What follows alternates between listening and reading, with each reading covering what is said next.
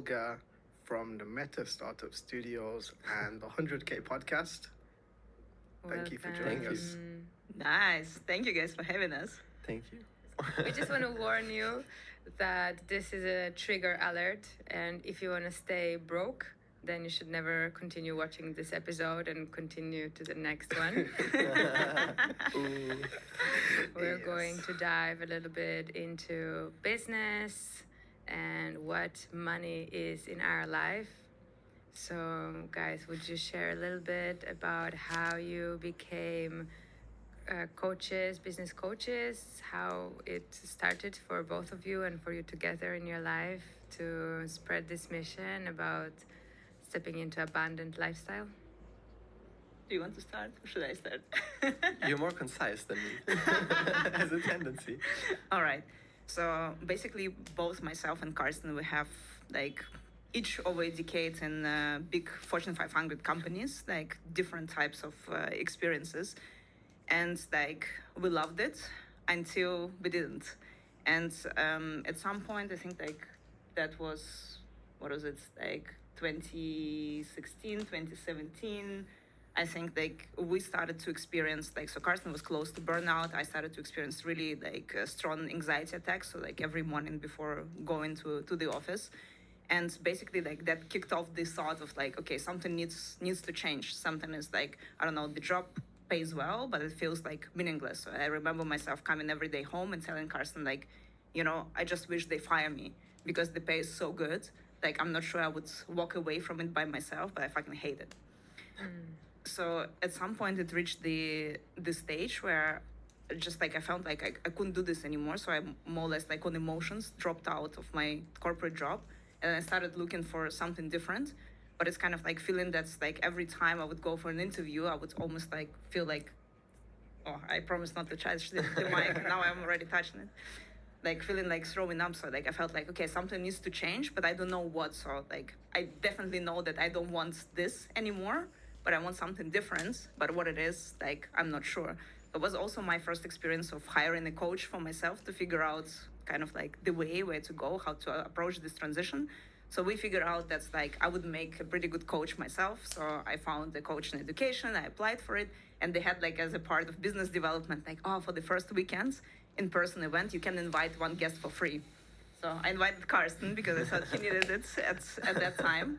And he loved it so much that I invited Karsten because I thought he needed it at that time. And he loved it so much that so the business development worked because he enrolled as well. And we basically graduated together as coaches.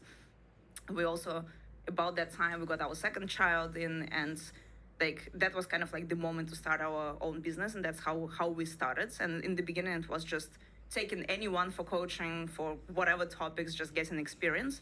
But over time, we figured out that we would really want to give people the path from, you know, like working in the job that is meaningless to transitioning into something that is meaningful for them and purposeful for them. So we call it purpose-driven business.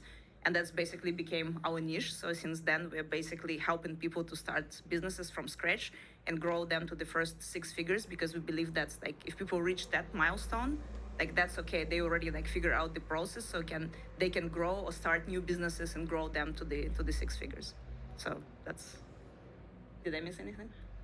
No, I think just to highlight, it's not about it wasn't at that time about the business. It was about a purpose-driven life. And, you know, we lost the purpose in working for shareholders to increase value for a product that probably is not great for nature and for our kids and the future generations at the cost of our health, not having time and energy for the kids. When you come home, you're just dead tired. You cannot even give them anything.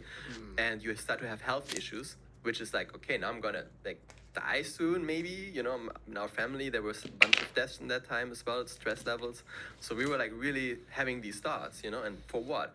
Is this gonna, can I do this another 40 years? Am I even like, is my body capable of this? Like, or will I just, you know, collapse? So it was like, let's build a more purposeful life, but you need money, which is interesting because it's a topic also today, right? Because you cannot just, you know, do your hobby and you know, chill out and have holidays. Like at some point there needs to be somewhere a path to receiving money for something that you do.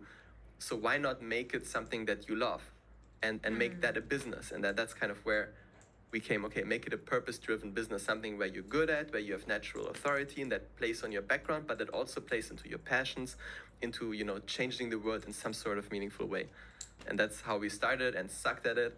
And I was still working in corporate in the first more or less year, like on the side, slowly reducing hours. But we were just doing so many mistakes, like probably what we're going to talk about today as well to some extent, but not making it work, thinking, oh, it's all working now, being ridiculous, like, you know, investing more money and then realizing, oh, we didn't have anything figured out actually.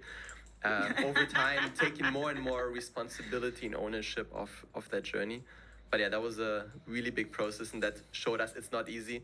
It doesn't just happen like that, unfortunately.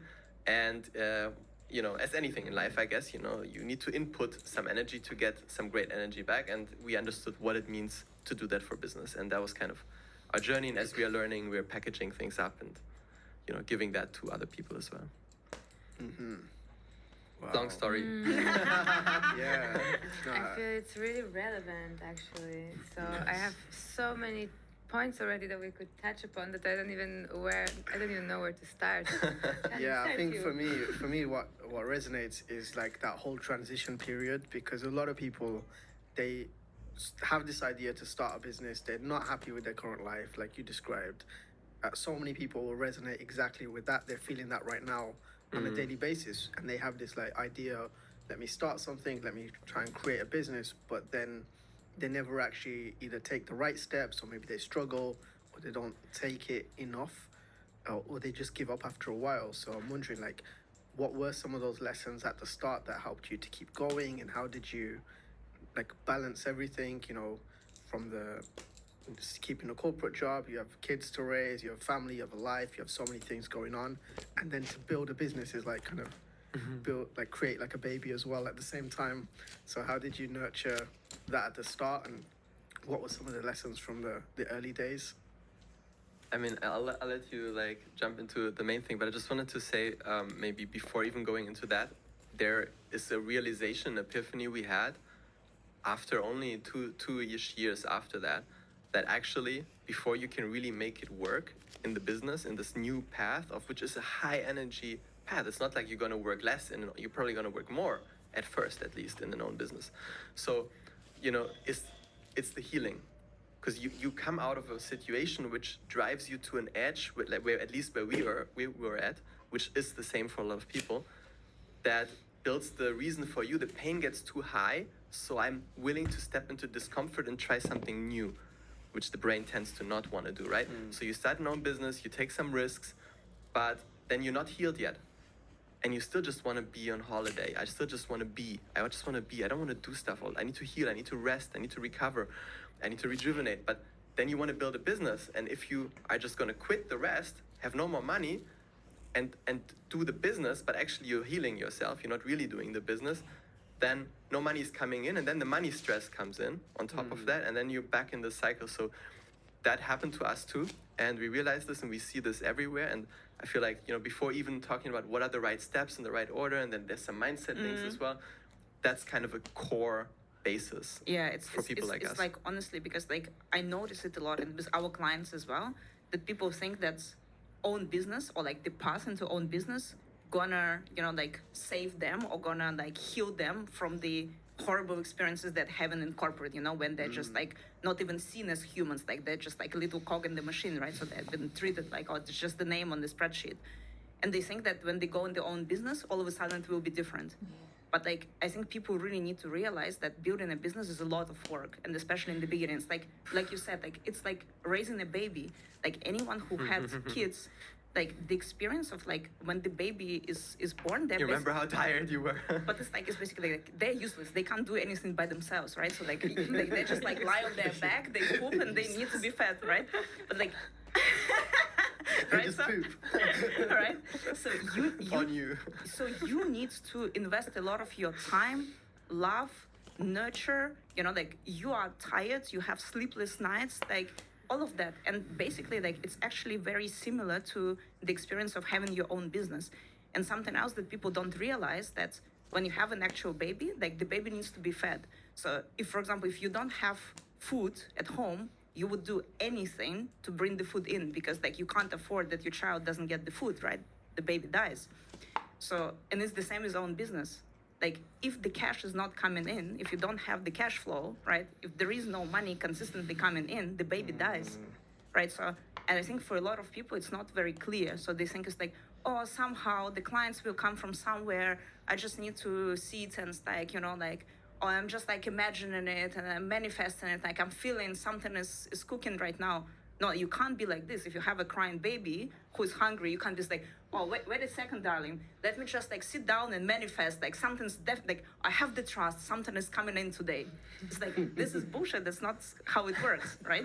So, There's the trigger.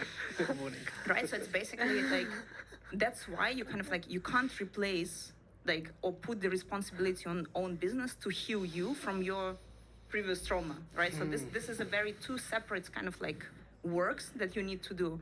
So in general, I think like if you're really like we were, like if you're really traumatized from the corporate experience, for example, like stepping out of that, like have a runway or have an alternative source of income that would allow you like just to take off for a year and heal yourself, you know, like do all your like, I don't know, ecstatic dances, cacao ceremonies, like whatever you need in order to find your path back to yourself. Because I think what happens a lot of times, we a little bit lose our identity along the way.